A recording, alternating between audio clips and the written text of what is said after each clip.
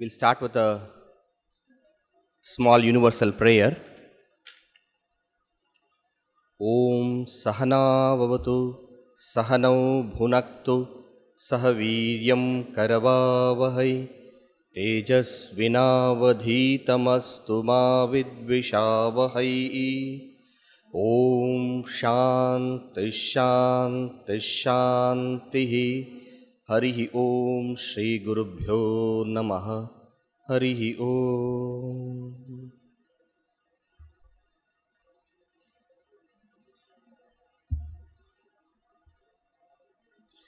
The present session is titled Universality in Shankara Advaita. I'll just give a few short thoughts before we request the learned professors to conduct the various topics.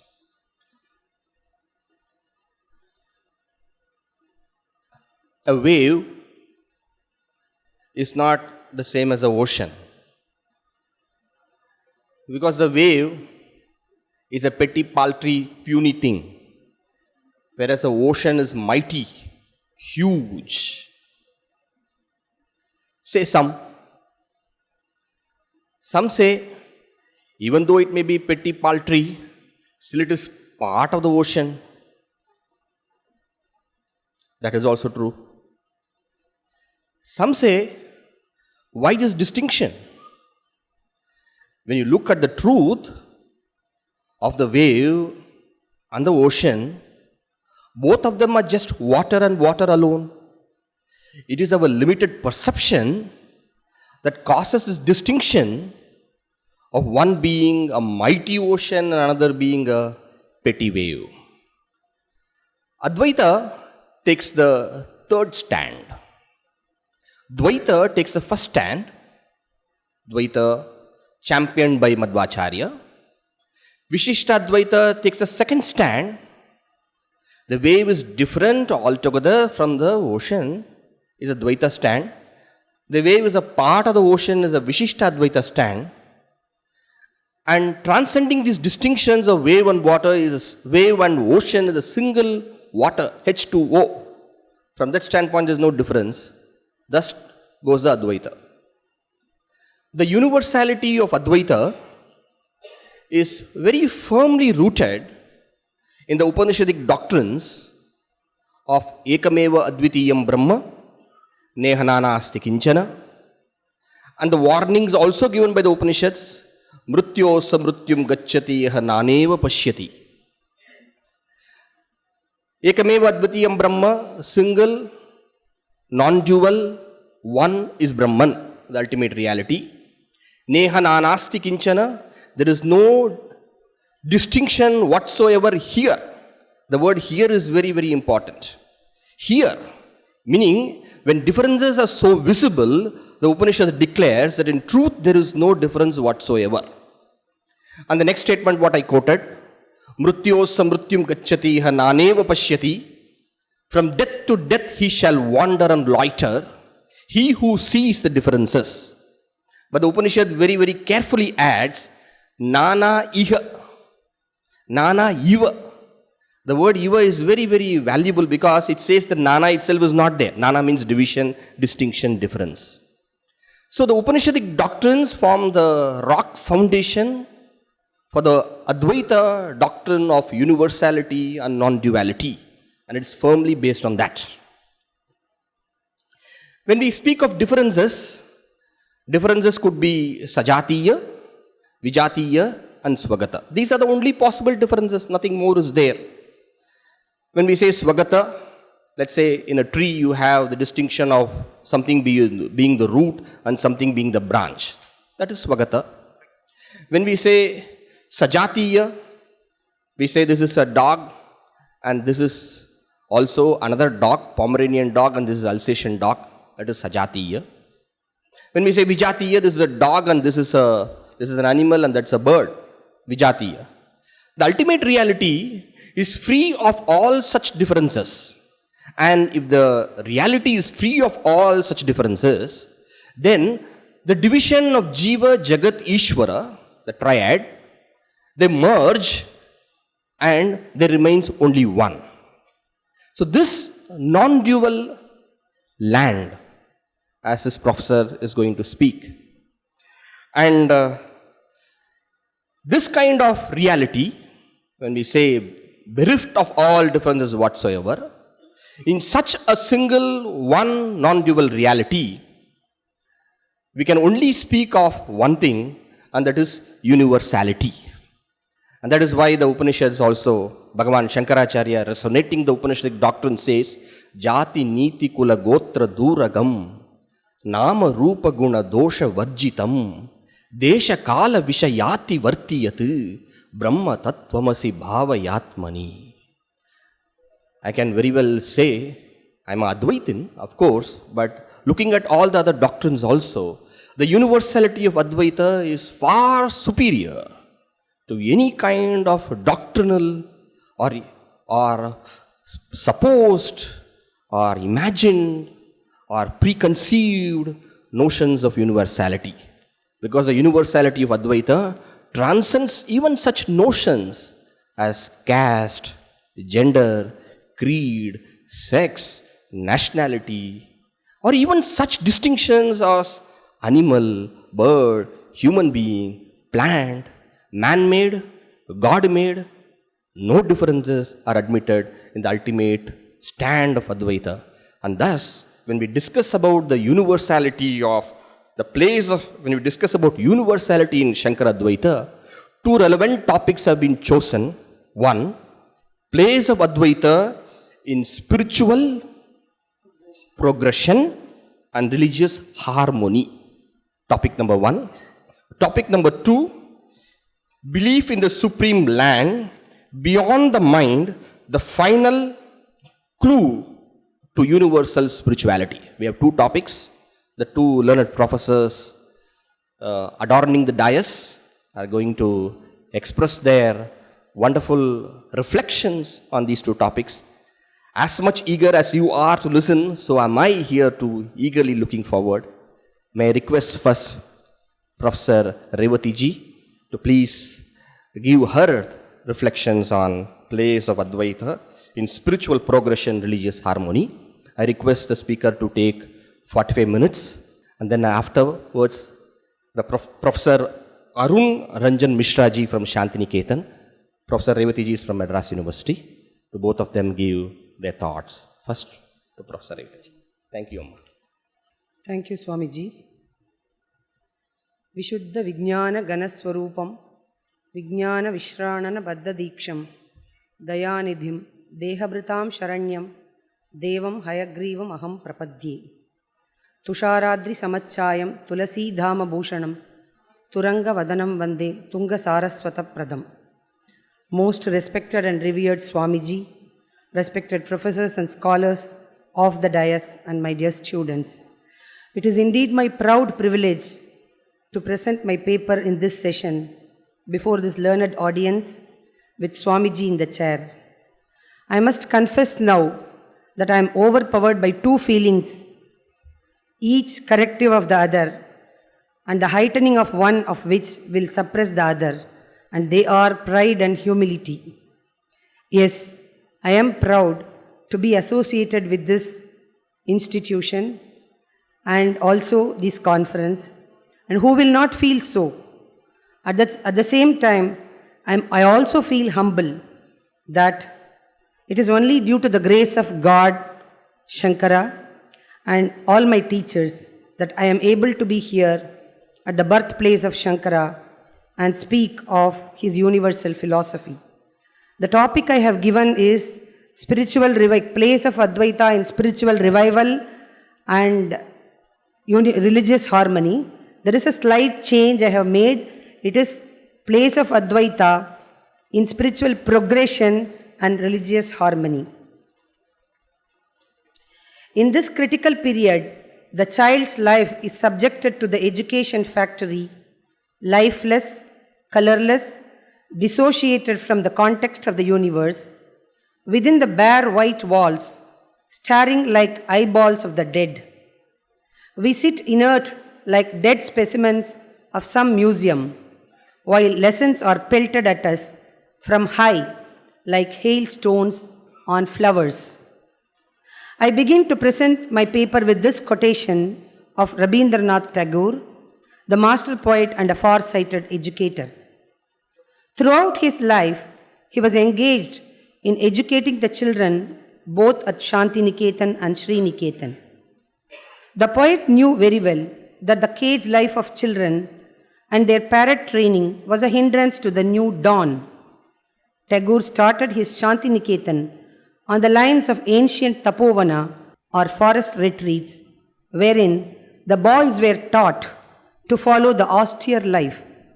He very well knew that the mechanical system of education cannot provide his desired goods of developing in the children the freshness for their feeling for nature, a sensitiveness of soul in their relationship with their human surroundings.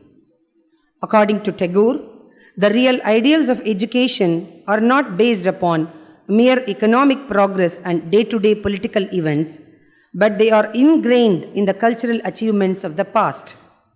The subjects like Indian antiquities, Oriental studies, and classical researches were given more prominence by Tagore in his scheme of national education. The main purpose behind the system of national education was to integrate the different currents of Indian culture on the basis of their inherent unity. The establishment of international cultural fellowship to bring together the East and the West on the main ground of spiritual emancipation seemed to be the sole ideal before the master poet. Modern education, which is the product of modern age, is producing a habit of mind which is ever weakening in us the spiritual apprehension of truth. Man has lost his manliness and he is used as a material in the making of modern civilization. Man is imperfectly revealed and all human relationships have, in a large measure, become increasingly utilitarian. Modern education has failed to convince us that man is a spirit and not a power. The realization of the physical unity of the material world gives us power. On the other hand, the realization of the spiritual unity of man alone can give us abiding peace.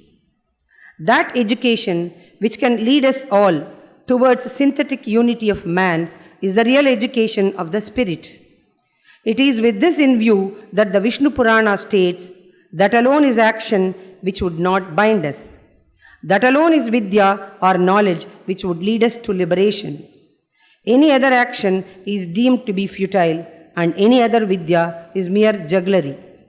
Tat karma yenna bandhaya sa vidyaya vimuktaye ayasaya aparam karma vidya anya shilpanaipunam. And incidentally, that happens to be the motto of Chinmaya mission, Chinmaya Shodha Sansthan also, sa vidyaya vimuktaye. It is against this background that this paper focuses to highlight the transpersonal, infinite spiritual reality of Advaita as the source and substance of all existence in its varied manifestation as the universe and its beings. This philosophy of spirit solely springs from the domain of religious experience. It is therefore religion is glorified and all forms of knowledge are useless before the religious and spiritual experience of man. Spiritual experience starts with the assumption that the world given in perception is unsatisfactory and human nature as it is unideal. Advaita urges that the destiny of man is not to escape from this imperfection, but to use it as an occasion for improvement or upliftment. Advaita considers that ignorance and imperfection are not befitting sins which we have to overthrow, but they are the very conditions for the manifestation of spirit. Our limited consciousness is to be used as an opening to a higher, infinite self-existence and beatitude. Advaita asserts that not only is there opposition between truth and illusion, but also that the divine exists as the substratal principle of all beings in this world. The realized self, knower of Brahman, moves and acts in the world, yet lives in peace and freedom. There is no need to look to another world for the beauty and perfection that this world suggests. The world is the seat of spiritual liberation. Spiritual souls alone can save the present society from ever-increasing miseries. The moral and spiritual values are the dynamic forces of the universe, and Radhakrishnan would call it as absolute idealism. Advaita Vedanta, as a philosophy of religion, is not only a spiritual experience but also a rational interpretation. Brahman is the ultimate reality for all religions, which direct their adherents to recognize and experience it, even though they explain its nature in different ways. The sublime idea that truth is one, but the means of attaining it are many, is foreshadowed in the Rig Veda, the most ancient of all the well-known scriptures, in its declaration, Ekam Sadvipra Bahuda Vadanti. The Jews call it Jehovah, the Christians God or Father in heaven, the Mohammedans worship it as Allah, the Buddhists as Buddha, the Jainas as Jina, while the Hindus call it Brahman. This single but deep insight that all kinds of pluralism, metaphysical or religious, ultimately result in monism. There is a prayer which goes, quote, "He whom the Shaivas worship as Shiva, the Vedantins as the Absolute, the Buddhists as the Buddha, the logicians and great demonstrators as the Creator, those attached to the teachings of Jina as the Arhat, and the ritualists as sacrifice, and we may add the Christians as Christ and Muslims as Allah. May that Hari, the Lord of the three worlds, give you the desired fruit.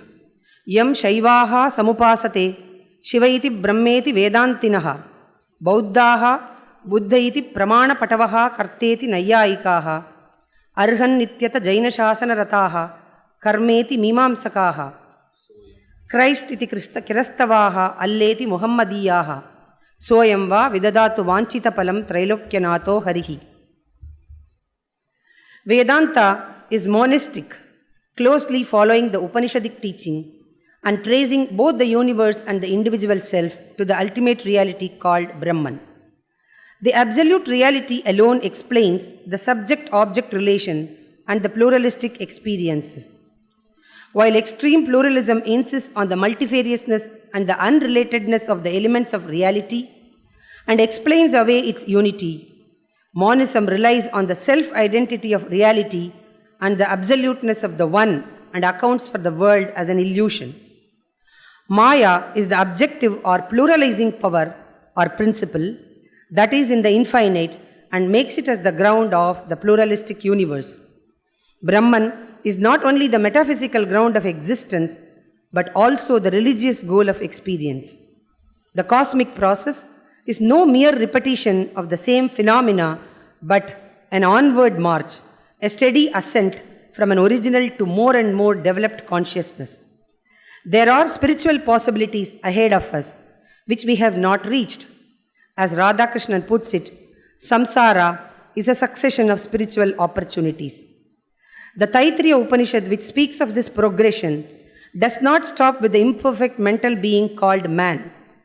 Vijnana or human intelligence is not the final stage of spiritual evolution. There is a far greater consciousness characterized by infinite self-existence, pure awareness, ananda, which is not partial or imperfect, but whole and absolute, and the indwelling divine. Such an evolutionary ascent from the world of inanimate matter, anna, through life, prana, mind, manas, and intelligence, vijnana, to self-existent awareness and bliss occurs not of its own, but under the divine will. This kind of spiritual progression to a far greater consciousness than the human mind is itself a manifestation of divine activity. Life in the world is but a means to the attainment of the final end. The world is not an illusion to be cast aside by the soul, but a scene of spiritual evolution by which, out of the material, the divine consciousness may be manifested. Shankara looks upon spiritual experience, avagati, as the end of the entire cosmic process. He speaks of spiritual progression in successive stages in his Viveka Chudamani, quote, "It is rare indeed to be born as a human, more so as a male. Even greater is to be born as a man of spiritual birth. Still more greater is to be disposed to the practice of righteousness, and far superior is to be a learned person. Above all is the power of discrimination between self and not self. The highest in this order is to be rooted in Brahman by realizing one's self, and this is liberation. This supreme state cannot be attained without merits accumulated in the innumerable previous births. Jantunam narajanma durlabam atah pumstvam tato viprata tasmat vaidika dharma marga parata vidvatvam asmat param atma anatma vivechanam swanubhavaha brahmatmana samstitihi muktirno shatakoti janma sukritir punyair vina labhyate. Unquote. If we analyze the meaning of this verse, it would be known that each succeeding state is a progressive transition from the earlier one. Shankara concludes it by referring to the attainment of the highest goal, namely liberation, which is equated with Brahman. Now, who is the fit person for this spiritual upliftment? What are the factors leading to such a state? What are the detrimental factors that stand in the way of attaining it? These are the questions which need to be answered. Shankara himself suggests the answers which precisely picturize his view of life and lead one towards spiritual progression. In the first place, it is realized by every thoughtful person that human personality or the state of individual beings is the noblest creation of providence or the highest stage in the process of evolution. How, according to Shankara, the ultimate reality termed Brahman acquires the state of individual beings needs to be considered first. According to Shankara, pure consciousness, which is the only reality termed Brahman, and it is the partiment ultimate. Happiness and absence of misery, which is desired by every being, constitutes the essence of liberation. These two, according to Shankara, constitute the nature of Brahman. The Jiva's real essence is Brahman. Owing to unaccountable association with Maya Avidya, which is beginningless, the real self, although one, under certain conditions, assumes an individuality characterized by body, mind, and intellect, and is then called the empirical self. It is an apparent limitation of the real self through its association with a particular body and mind. It is neither the agent nor the expedient of the results of the actions.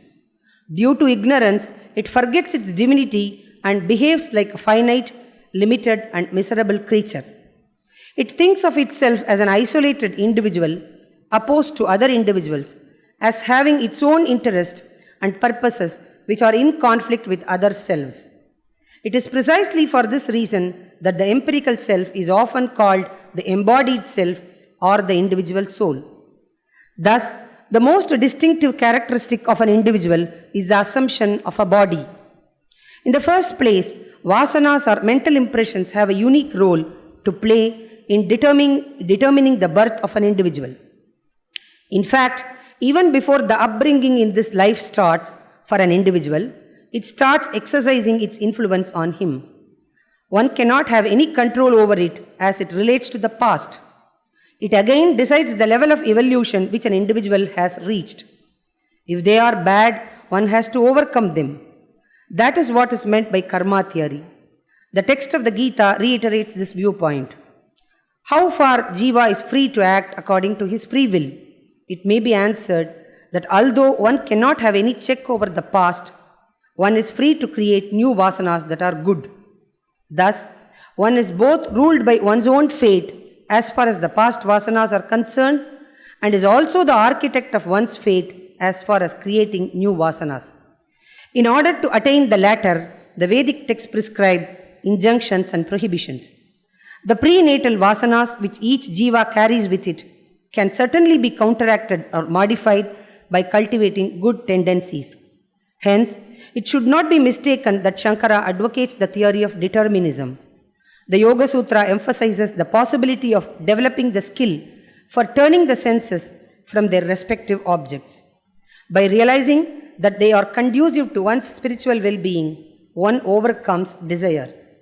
This in turn results in the absence of hatred or dvesha, which is likely to occur when one does not attain it. Directing all his efforts towards the study of scriptures, one thus overcomes the earlier vasanas and acquires new good ones as prescribed in the Shastras. The empirical self of the individual soul, who is in bondage, is liable to sin, suffering birth and death. It is karma performed with desire that binds the jiva. The Brihadaranyaka text declares, man verily is desire formed. As his desire, so is his thought. As his thought is, so he does action. As he does action, so he attains. While commenting on this passage, Shankara states that desire is the root cause of the world. Another text of the same Upanishad states, desires carry the man to the place of the objects and thus determine the channels of his future activities. The text of the Gita also states, impelled by desire, attachment to fruit is bound. So long as a man desires fruit, he is bound by his attachment to that fruit and is said to have good or bad karma, according as the fruit is pleasant or painful. If this law is understood, then he can have a check over his desires. This law belongs to the nature of desire. Since mind is the creative power, a man becomes that which he thinks. In the Chandogya Upanishad, it is stated, because a person is identified with his conviction, just as a conviction a man has in this world, so does he become after departing from here. Therefore, he should shape his conviction. The nature of man is thought created. If he thinks nobly, he will become noble. If on the other hand he has ignoble thoughts, he would reap the fruit accordingly. Hence, man has to entertain good thoughts by eliminating bad ones. This second law belongs to the mind. Circumstances are made by actions. In the Mahabharata, it is said, devoted to the fruits of acts. Whatever kind of acts a person covetous of fruits accomplishes, the fruits, good or bad, that he actually enjoys, partake of their character. Like fishes going against a current of river or water, the acts of a past life are flung back on the actor. The embodied self experiences happiness for his good acts and misery for his evil ones. This is the third law of karma belonging to actions. These three laws cover the making of karma for the individual soul. Since karma performed with desire for fruits binds the jiva, Shankara advocates the performance of actions without any attachment to the fruits thereof and performed as an offering to God. This is known as Nishkama Karma. The main obstacle to reach this stage is man's infatuation with the various attractions of life, despite the fact that its pursuit is riddled with innumerable difficulties. This infatuation is entrenched in the mind by its taste in repeated births. Due to its overwhelming influence, beings in this world run after fleeting pleasures and frivolous enjoyments, enjoy the company of wicked persons, injure their health and squander their wealth, and lose the golden opportunity which human life offers to them.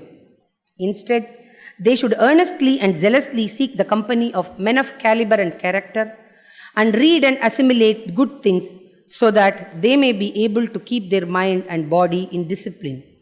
Therefore, naturally, the first lesson that Shankara impresses upon us is that we should learn to wrench ourselves away from the snares of the world in order to devote our attention to the goal of liberation. Such a discipline is termed Vairagya. Vairagya, as Shankara puts it, is the state of non-attachment, Viragasya Bhavaha. Absence of attachment is often mistaken for aversion or dvesha, which is the opposite of attachment. But Shankara cautions us that aversion to the world is as dangerous to spiritual pursuit as attachment. Attachment and aversion constitute an inseparable pair, and hence the mind has a tendency to oscillate from the one to the other in recurring modes. Hence, Vairagya, although is described as non-attachment, it equally implies non-aversion. Often we do notice that there are petty distractions to spiritual life in the world. Shankara states in the Mohamudgara that one is lost in play in childhood, in youth one's mind is drawn in love of young women, in old age one is sunk in worry. Since life is wasted in this manner, nobody at any stage is seriously engaged in contemplating the ultimate reality. It requires a firm mind to brush aside even small distractions. Nachiketas, the young boy of Kathopanishadic fame, stands out as an exemplar of steadfastness and freedom from attachment. It is only when Brahman is realized there would be total freedom from attachment. At the same time, a measure of detachment should initially be imbibed for embarking on the path to enlightenment. This preliminary detachment is possible through knowledge of discrimination, viveka jnana, relating to the nature of the world in which we live and the results of attachment to it. A little amount of reflection would reveal the fact that even the best of allurements have their sordid aspects and are perishable in the long run. Shankara brings this fact to our attention in the words of Nachiketas, who presses Yama for an answer about the immortality of the soul. Having due regard to the complexity of the subject, Yama sets about testing the competence of the student before starting the teaching. Yama decides to divert and dissuade Nachiketas from pursuing the quest for the absolute truth and says that the subject matter is extremely subtle and even gods are unable to solve the mystery of the phenomena of death. The alluring prospects are offered for the material well-being of Nachiketas. The Kathopanishad picturizes the peremptory refusal of Nachiketas to each and every single object which Yama offered. Nachiketas says, all life, without exception, is short indeed. Api sarvam jivitam alpameva. Shankara, in his commentary of this passage of Kathopanishad, refers to him as one who is imperturbable as a deep lake. Mahahradavat akshobhyaha, he says. Nachiketas illustrates the one-pointed intellect with the determination to follow the path to Nishreyasa, defined by Lord as Vyavasayatmika Buddhihi in the Bhagavad Gita. Speaking the glory of renunciation, Shankara also states in his Mohamudgara that nothing gives pure pleasure as the practice of Vairagya or renunciation. But Vairagya is not an end in itself. Its cultivation is the foundation for the practice of other disciplines for liberation. Though according to Shankara, knowledge alone is the direct means to liberation, karma also plays an important role as it cleanses the mind of the age-long impurity and prepares the aspirant for a complete sense of detachment. The cultivation of detachment progressively takes the aspirant to the stage of a mumukshu through the intermediary gain of knowledge of discrimination of the eternal and the ephemeral, control of internal and external sense organs, and endurance of pairs of opposites like pleasure and pain, etc. Now the aspirant waits for a competent guru, listening to his instructions, reflecting on them, and dwelling on the truth without intermission, as is enjoined in the Upanishadic text, Atmava are drashtavya shrotavyo mantavyo nididhyasitavyaha.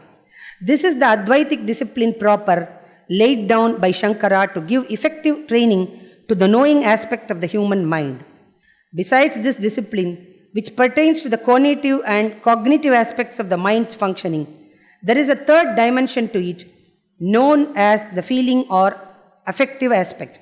It expresses itself in various ways, and devotion or bhakti is one of them. To stabilize and give proper direction to the innate tendency, a suitable object fit for worship is necessary. It can be no other than God. In his ultimate nature, God is nameless and formless. All gods stand on the same footing because all of them are just the superimpressions on the Supreme Being, which is beyond all determinations.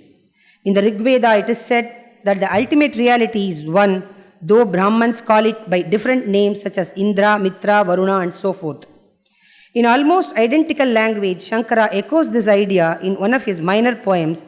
Owing to differences in their mental makeups, men speak of the one Supreme Being under many names such as Brahma, Vishnu, Rudra, Agni, Indra, so on. It may be added that these are only imperfect manifestations of the Supreme Reality, which according to the Upanishad is great glory and hence of whom there can be no adequate symbol. The Upanishadic Mahavakyas affirm the identity of the Supreme Reality with the inner self termed Atman. The realization of this identity is the summum bonum of human existence according to Shankara. It has not only a rich positive content, but is also realizable within the brief limits of this lifetime. The text of the Kena Upanishad states life becomes purposeful only if man attains the highest knowledge here and now, else great is his loss. On the basis of his own personal experience, Shankara is firmly convinced that man can rise to the realization of his true self while yet alive. The state of being liberated while yet embodied is known as Jivan Mukti. Thus, Shankara not only places the goal of life before us, but has also laid down a course of graded discipline comprising all the aspects of our mental life. To sum up the philosophical position of Advaita, we may say that the ultimate reality is one. It is the one that became 3 and then 33 and then infinity according to the number of divinity. The forms may be different, the names may be different. The Paramacharya of Kanchi remarks that this Advaitic reality could not be pittily and more succinctly expressed than in the text of the Vishnu Sahasranama, Tattvam Tattvavid Ekatma, which speaks of the identity of the inner self with the Supreme Self. He further clarifies that whatever their mutual differences may be, all thinkers belonging to schools other than Advaita are one in criticizing Shankara's views. This should be regarded as a tribute paid by them to Advaita, for it is the only system worthy to be taken notice of and criticized. While Advaita postulates the non-difference between the inner self and the Supreme Self, other schools would wish to have at least a trace of distinction between the two. All are agreed upon the ultimate realization of the Supreme. In the process of expounding their systems, only when the differences get magnified, they start criticizing Advaita. Yet, we find that in the final stage, all of them speak the language of Advaita. This shows that the expansive heart of Shankara accommodates all views about the ultimate reality and all approaches lead to it. However, no school of thought is foreign to Advaita. In the scheme of the means to realize that Advaita Anubhava, every system contributes an essential step, and so Shankara uses the truth of each and presses them into service. The Paramacharya, referring to Advaita as one comprehending every warring sect and system into its all-embracing unity, quotes the following verse from the Shankara Vijaya: Anvikshik yaikshitantre parichitir atula kapile kapilebe Pitam Patanjalambaha Paramapi Viditam Bhatta Gattartha Tattvam Ettais Saukyam Taditara Amalananda Advaita Sukhe Asmin Kupe Yo Artaha Supayasi Vitatau Anta Nantar Bhavet Kim. It means that Anvikshiki, the science of argumentation, Tantra, Kapila's Sankhya, Patanjali's Yoga, Bhatta Mimamsa, etc., were all comprehended by Shankara with remarkable felicity. But the purport and significance of their teachings were engulfed by the supervening Advaita Vidya, even as the water in a well is absorbed by the expansive flood which envelops everything. Our Paramacharya considers that this verse affords the key for correctly understanding the Gita verse, Yavanartha Udapani Sarvatas Samplutodake Tavan Sarveshu Vedeshu Brahmanasya Vijanataha. It means whatever benefit like bathing or drinking is derived from small and limited reservoirs of water like wells and tanks, all that is included in the case of an all-pervasive sheet of water. The fruits of karma, etc., spoken of in all the Vedas and other Vidyas are only of smaller dimensions. The entire knowledge which they convey gets absorbed in him who knows the supreme truth. The other Vidyas, beginning with the Vedas, are represented by wells and tanks. The supreme truth is represented by the all-pervasive expanse of water.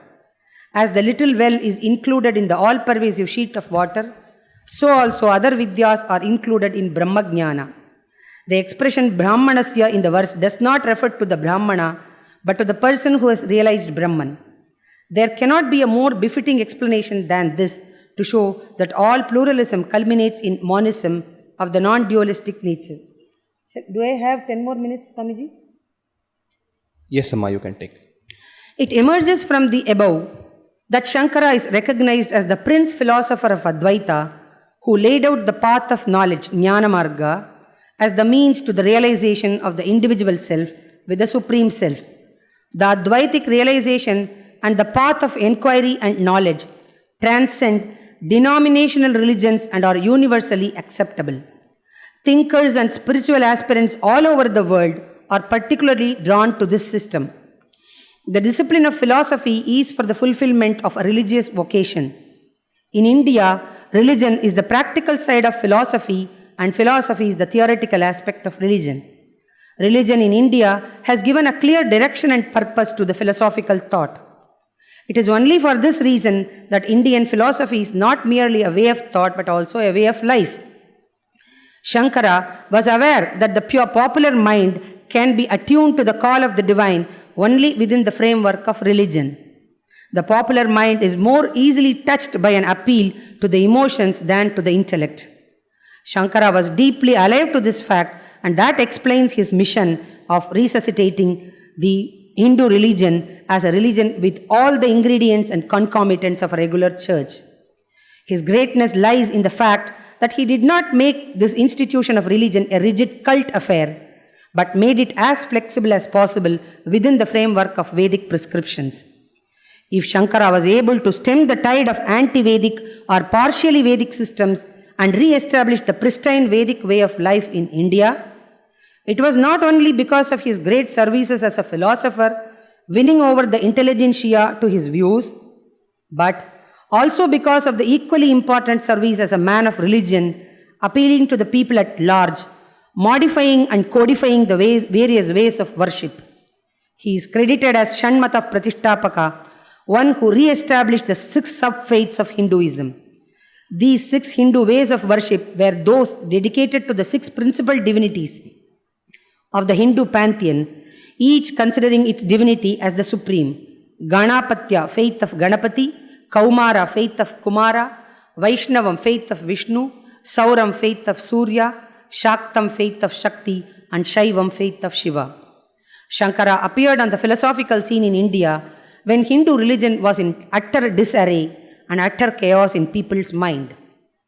He worked ceaselessly for understanding and harmony between these conflicting sects by restoring in the minds of men respect for the word of the Veda and preaching the message of unity of one God, though called by various names, and fundamental unity in all systems of thought.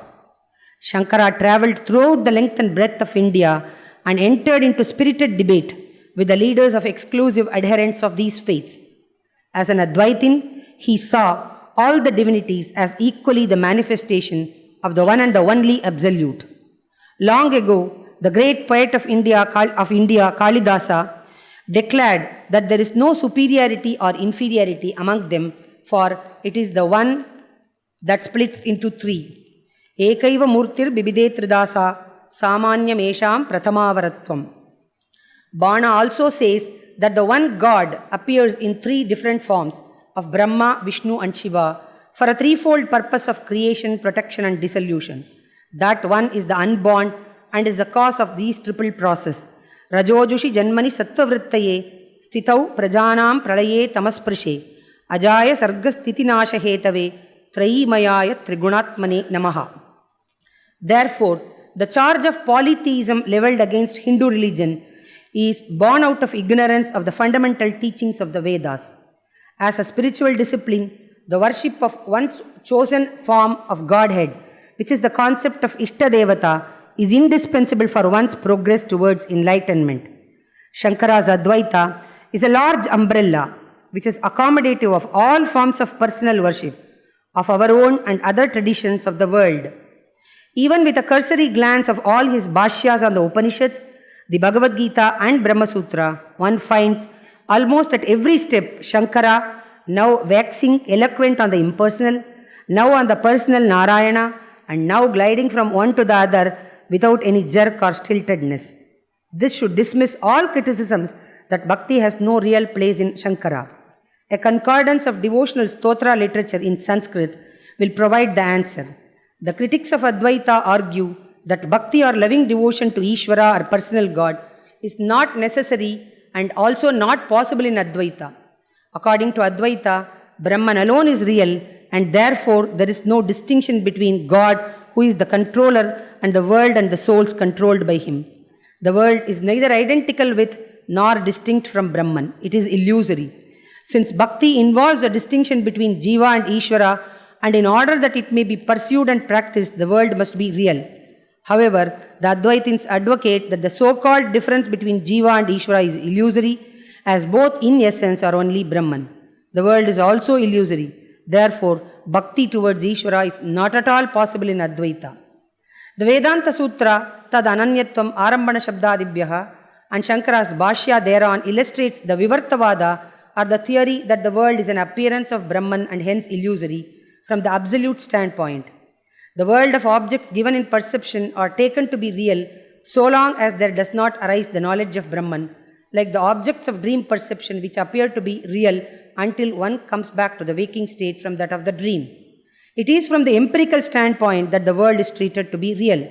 Ishvara is considered to be omniscient, omnipresent and omnipotent, and the Jiva is considered to be different from Ishvara.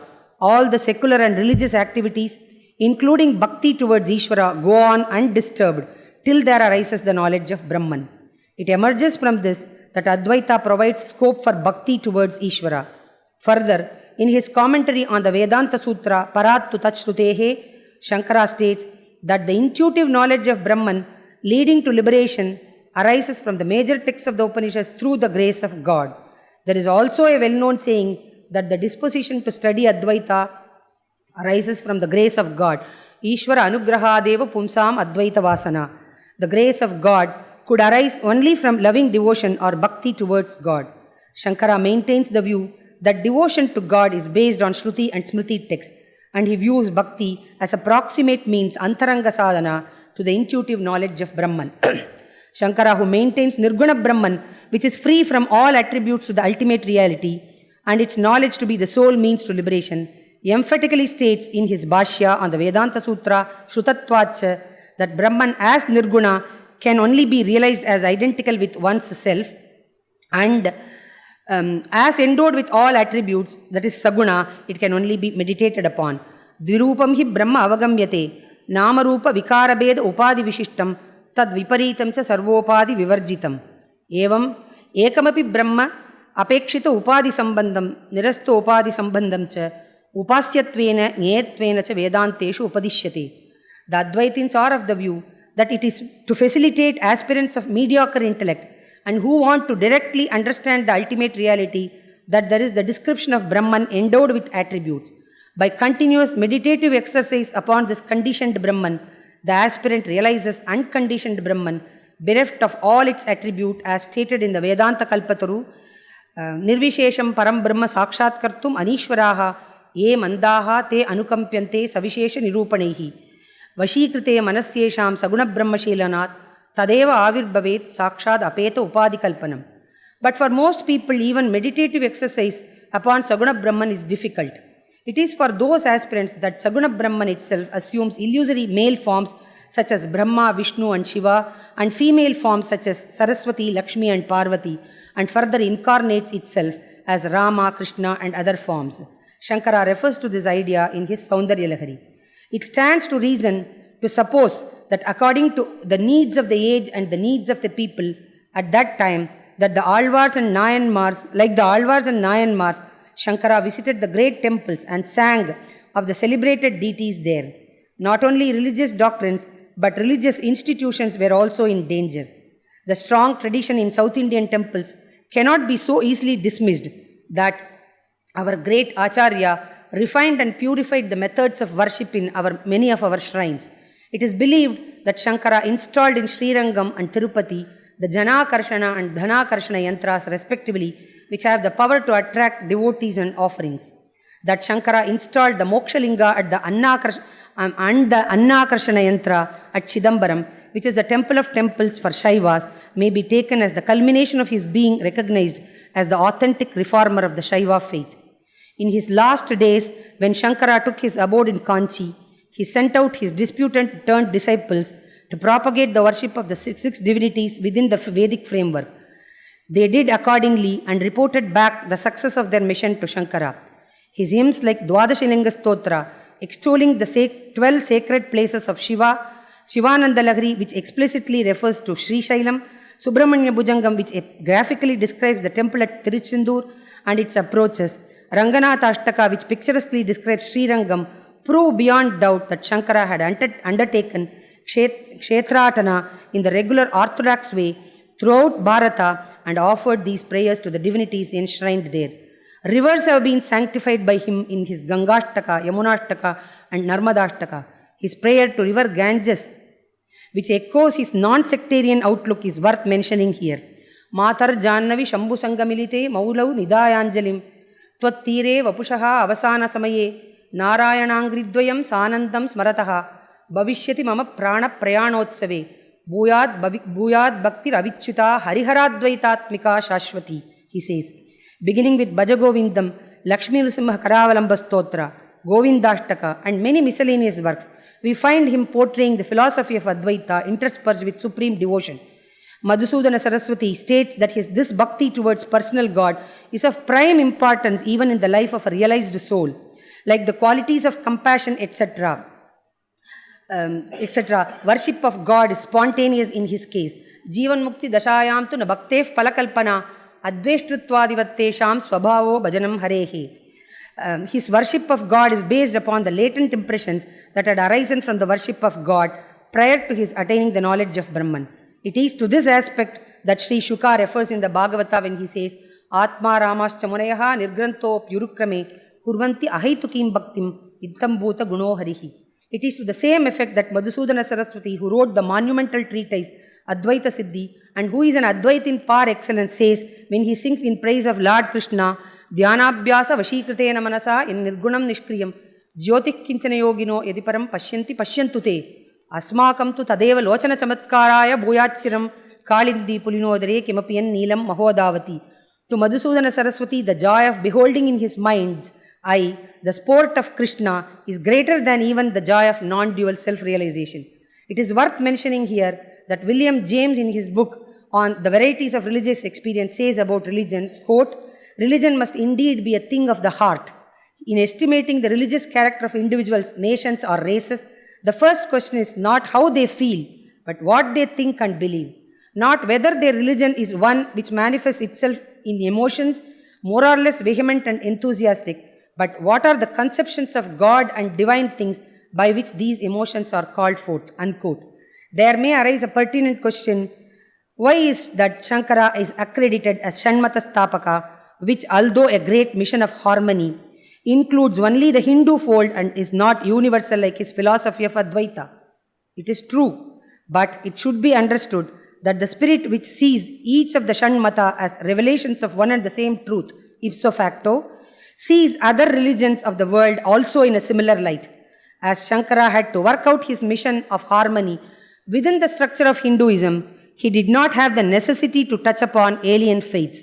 It should be noted that he has unequivocally said that any jiva and every jiva, irrespective of his caste or creed, is eligible for enlightenment. Therefore, acceptance of the Shanmata scheme within this Vedic framework points to Shankara's acceptance of enlightenment as a universal principle. Again, the basic principle of the Shanmatas is universal, though the Shanmatas themselves are only relevant to the Hindus. That basis is bhakti or loving devotion. The world is in dire need of this message of love.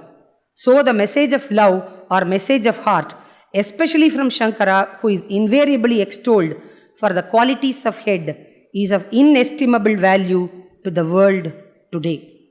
Thank you. This was a well prepared, well thought of, well structured also, and well from various references from the Upanishads, from the Bhagavad Gita, from other sources of the Puranas, the Stotra literature. A vast gamut of thoughts have been covered, but all those thoughts can be put under two basic heads. One, how a human being progresses to enlightenment. That was the first section of the talk. And the second section was the universality of Shankara's teachings, where polytheism is transcended and what remains is the ultimate reality. And also, in context of the second topic, Professor Revati ji also covered the missionary aspect as well as the reformative aspect of Sri Adi Shankaracharya. This is Professor Arun Ranjan Mishra ji from Shantiniketan. The topic is belief in the supreme land beyond the mind, then a N dash, the final clue to universal spirituality. ओम सुधा समुद्रांत हृदयमणि द्वीप संगृढ़ बिल्वाटवी मध्य कल्पद्रुमा कल्प कादंब कंतार वासप्रिये कृति वासप्रिये सर्वलोकप्रिये देवी तुभ्यं नमो देवी तुभ्यं नमो देवी तुभ्यं नमः. Adorable Swamiji on chair, a great scholar of India, Professor Revati Sukumar, my adorable teacher, Professor B.N. Jha, and all other friends and fellow delegates. In fact, Swamiji has been kind enough to announce my title, and I would go straight away. Universal spirituality is a process of linkage with inner self, which, outside the dogmas of any religion, has an undetectable relationship with Supreme Being and His supreme land, and hence is a way to enlightening one's thoughts, emotions, and intrinsic tendencies without any outward celebration. That supreme land is not actually a far-off place. It is within every conscious being. It is a permanent land composed of consciousness, chit, powered with immeasurable bliss, and is not only beyond the mental and sensual perception, but also is more valuable than all the sense objects like wealth, fame, and the physical world and its lovable shadows. It is a land of perfection and of infinite wisdom, yet sages perceive it within everybody. It is because of this land within that a tender child or a teeny sapling is potent of immense possibility. It being the land of immortality, a thin knowledge about its existence brings about the immortality of the knower. Brahmavid Brahma eva bhavati. The science connected to the education that creates eligibility for this land is called Paravidya, which is subscribed to by all the real religions and is above the crude practices of all of them. Hence, that Paravidya constitutes the core of the universal spirituality. A right education that facilitates a mind-soul supreme land is equal to supreme being. Contact makes the mind alert of the vastest stretch of wisdom and renders the soul free from the shackles of nescience. The existence of such a supreme land is otherwise hinted by Swami Vivekananda in the context of education and spirituality. Define education, he says, education is the manifestation of the perfection already in man.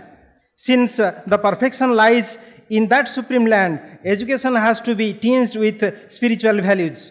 Swamiji's connecting of the process of learning with a process of inner discovery of a mine of wisdom confirms our postulation of the supreme land inside. He says, what a man learns is really what he discovers by taking the cover of his own soul, which is a mine of infinite knowledge. Where is that supreme land? It is beyond mind. Messages, informations, and knowledge, and even destiny come down from that land to mind, properly trained, and we receive them from mind. So Swamiji says, all knowledge that the world has ever received comes from mind. The infinite library of the universe is in your own mind. All knowledge comes from the human soul. Man manifests knowledge, discovers it within himself, which is pre-existing through eternity. Therefore, the role of a teacher is not to feed or demand informations, but to arouse the people's mind to a state of inspiration and inquisitiveness, so that it can take help of the concrete objects like books, etc., to connect to that inner land through concentration and get knowledge. In the Swamiji's words, I quote, the external teacher offers only the suggestion which arouses the internal teacher to work to understand things. You cannot teach a child any more than you can grow a plant. The plant develops its own nature. a teacher can, unquote, a teacher can inspire his students to search for that supreme land within. Idea of that land actually constitutes the core of the universal spirituality. Sri Aurobindo, in his essay Chaitya and Spiritual Education, expresses his belief that every man has a higher consciousness over and above his mundane consciousness. He thinks that this higher consciousness can propel man to a parlance of higher spiritual life. But general education doesn't relate to this higher consciousness. In this type of education, which has three streams, physical, vital and mental, a child gets a particular form of personality that helps him in his everyday life. But Sri Aurobindo says, in the spiritual education, the child is acquainted with the purpose of life, the mystery to be unraveled in this life and its effects, and also with the meaning of self-surrender to the eternal Supreme Being. The actual hint of that Supreme Being pulls the consciousness to a higher state above mind. This state gives the man a valuable fulfillment. The context of this discovery, says Sri Aurobindo, is more of realization than of religion or logic. A spiritual exercise called self-surrender fetches that realization that takes man to the supreme state of consciousness called the Supreme Land by the Shastras. Sri Aurobindo says that education has to incorporate in itself the art of discovering the individual soul existing inside the thick smoke of mind and prana, and of relating it to the Supreme Being. The education includes this art. If education includes this art, then the real purpose of it may be fulfilled. This art can be called the first poster of universal spirituality, because it neither subscribes to any religious dogma nor takes recourse to a logico-philosophical inquiry devoid of any process of surrender and realization.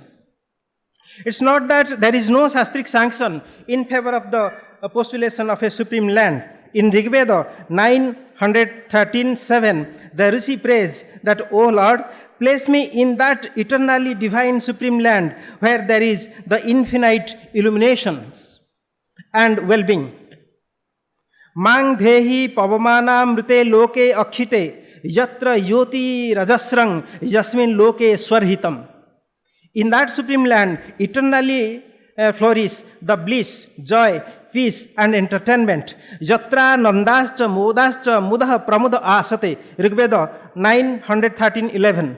The teacher who walks on the path of truth gets the illumination of the self and of that land. Gudham jyoti pitaro anna bindan satyamantraha. Rigveda 7:76-4.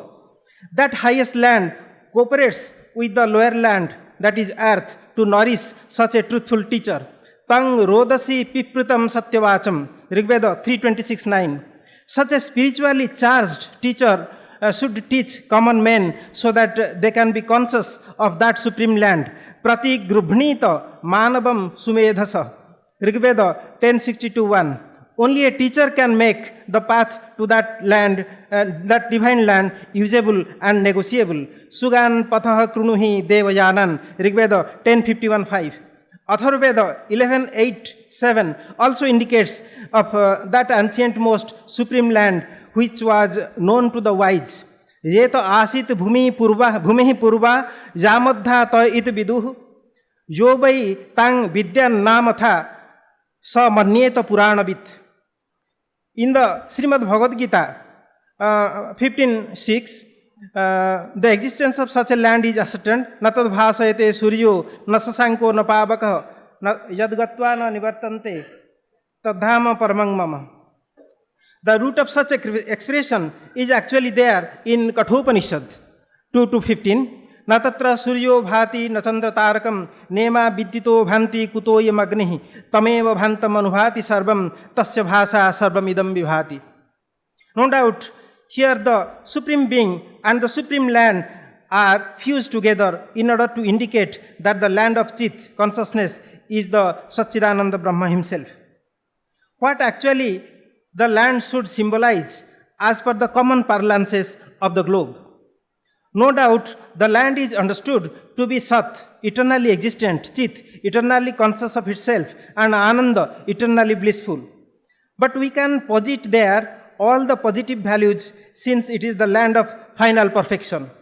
So there are the values like fearlessness, peace, harmony, and yet non-attachment, non-violence, respectful coexistence, constant meditation and introspection, morality, truthfulness, wisdom, universal friendship, forgiveness, and a sense of service. The supreme land can be accepted to be a state devoid of ego, lust, anger, and arrogance, etc. The existence of a land of high moral, spiritual, and ethical values can repair many broken fabrics of the world as a society. A constant consciousness of that land can make us judge whether our everyday activities succeed or fail as per the standards of that land. Actually, the fabric of society is held together by the standards of morality that we maintain and practice. The report of Radhakrishnan Commission, Education Ministry, 1948-49 reads, "What we need is not the imparting of instructions, but the transmitting of vitality, the civilization of human heart. Our institutions, if they are to impart religious vitality, should have simplicity and atmosphere of commitment that permanently influences life. Our institutions need to interpret the moral, ethical, and humanistic dimensions on one hand, and the consequences of the materialistic pursuit on the other. A blunder is done by us by highlighting a strict link between education and livelihood, and by designing education according to the need and the process of earning that livelihood. Education is a training to the human souls in pursuit of the truth and of the positive values. Earning a livelihood cannot be the sole aim of life. Besides living, man has to live with some common human faiths, values, and ideals, without which he is just a biped animal. If we are producing the so-called educated ones who can only compete for themselves in the global market on their scores of specialized knowledge and skill, then we are really producing either intelligent animals or heartless machines. In such a state of education, any means is valid if it serves the victory of competition. Then there is nothing to be surprised seeing the types of violence, scenes, corruption, nepotism, and general apathy. The values that we visualize in that land of goodness are actually our personal set of beliefs about what is important, right, good, and appropriate, irrespective of caste, creed, and religion. Values are our perception of the principles of nature that governs our life and universe. Societies and nations can go extinct for want of values that sustain life like water sustaining fishes. The real asset, therefore, of a nation is not its natural resources, but the emanation and existence of the right values in its people. Today, we have thousands of educational institutions and laws without a spiritual value in them. They are giving out very negative results like a materialistic and consumerist mindset where money is everything. This leads to the serious crisis in life and everywhere in society. N. Venkataya, in his book Research in Value Education, says, "Education without vision is waste. Education without value is crime. Education without mission is life burden." National Policy on Education, 1986, Rajiv Gandhi. National Policy on Education, 1986 of India had actually stressed upon the need for fostering universal and eternal values.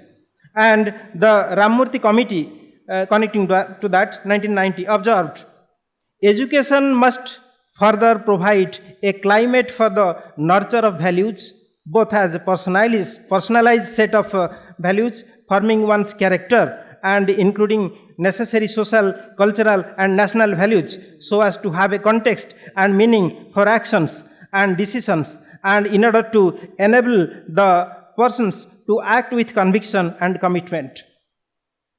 We concentrate on the Vedic visualization of Supreme Land a great symbol of values because it can be an antidote to the present day predicaments.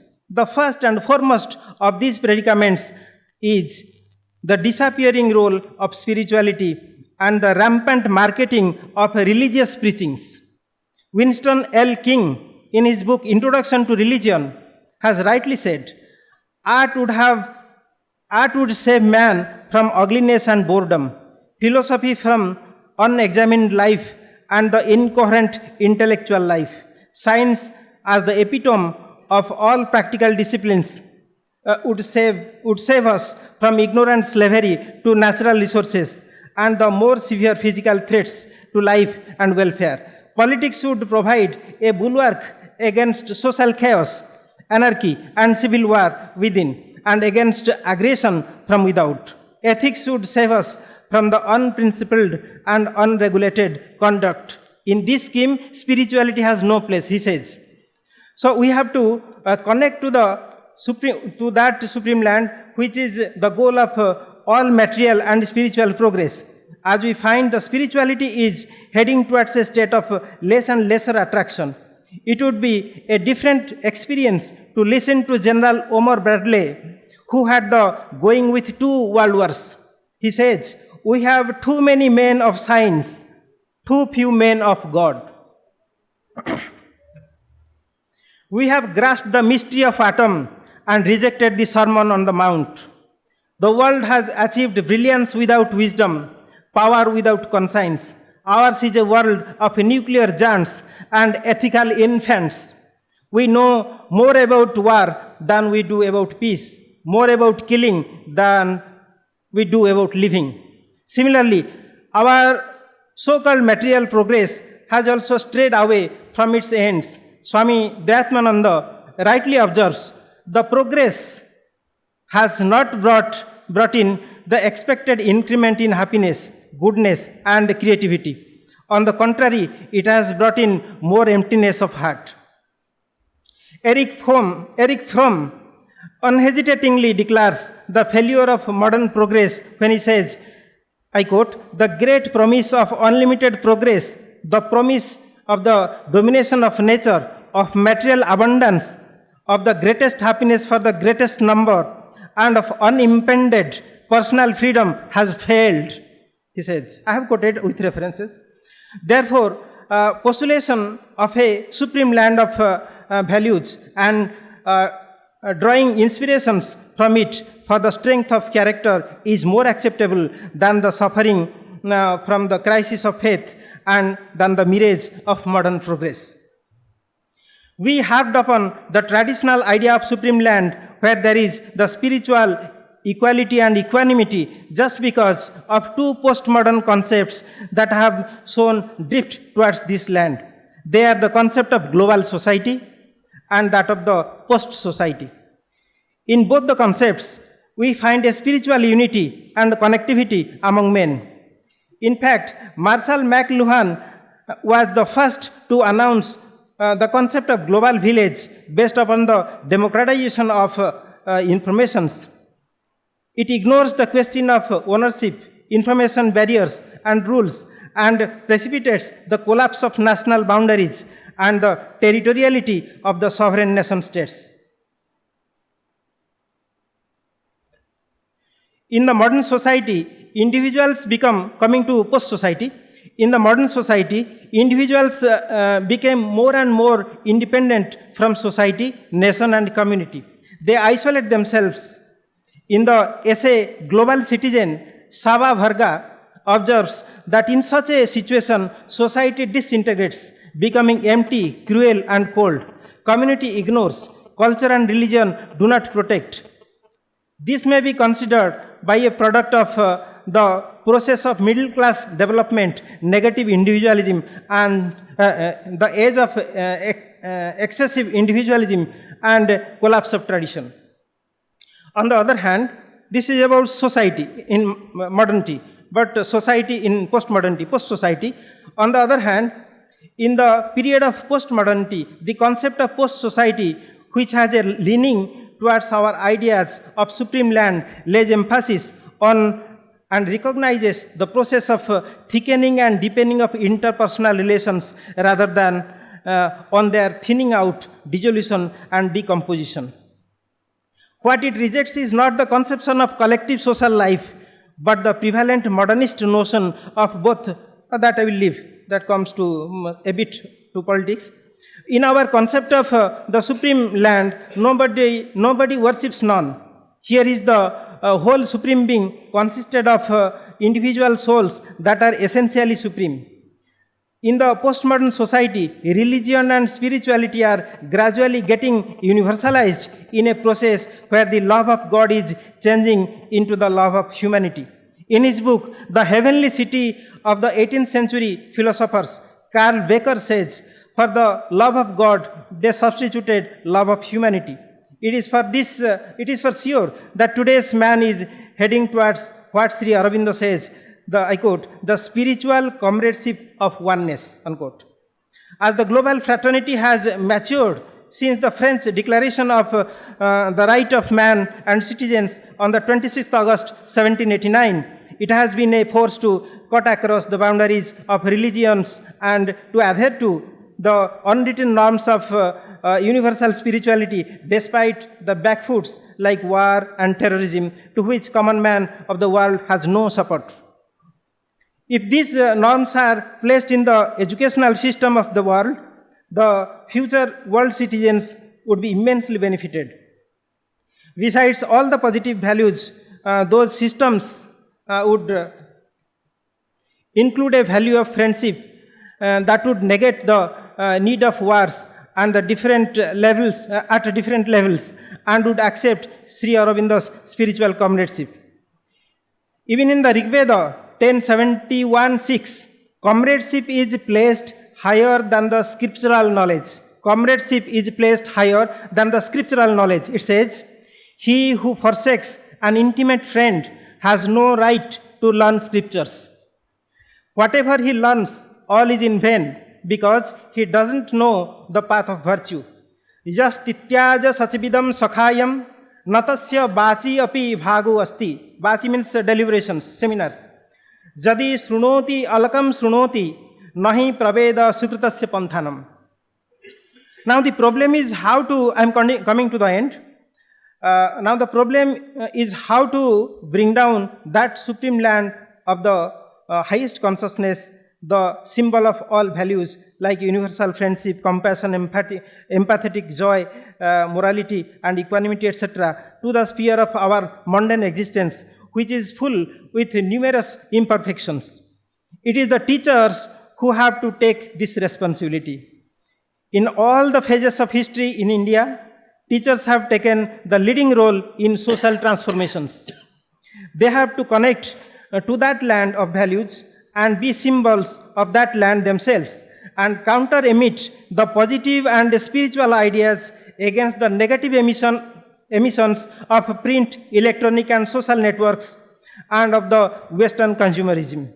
No doubt this is a matter of great penance, but it is necessary for the descending of that land to our fold. Bhagirath had a long penance to facilitate the descent of Ganga on earth. The sagely king Kuru, the ancestral father of Pandavas and Kauravas, had exerted a penance in the form of plowing for 1,000 years to make the land Kurukshetra between Saraswati and Drisadvati extremely sacred, Dharmakshetra. Sri Aurobindo conducted years of penance for facilitating the descendance and spread of supramental consciousness on earth. Similarly, teachers have to conduct a special penance in their personal and community life for the appearance of the universal spirituality in our education. Only a change in the curriculum shall not do the desired. A spiritually heightened effort is necessary for those especially who teach in the classrooms. Thank you very much.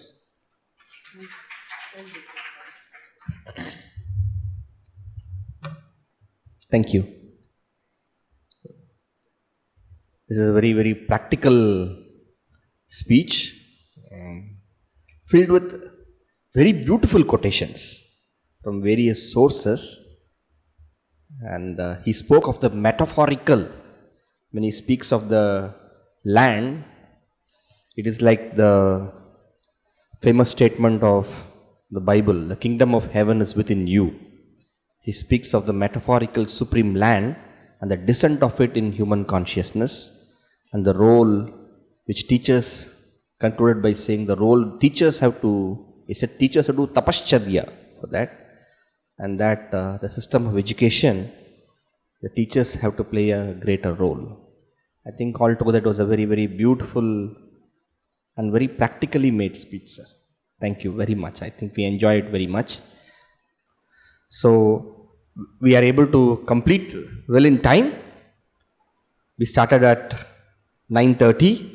2 speakers have completed. I give my heartfelt gratitude to both the learned professors and the audience. And I also request that the youngsters sitting behind should sit forward. Thank you all very much. Hari Om.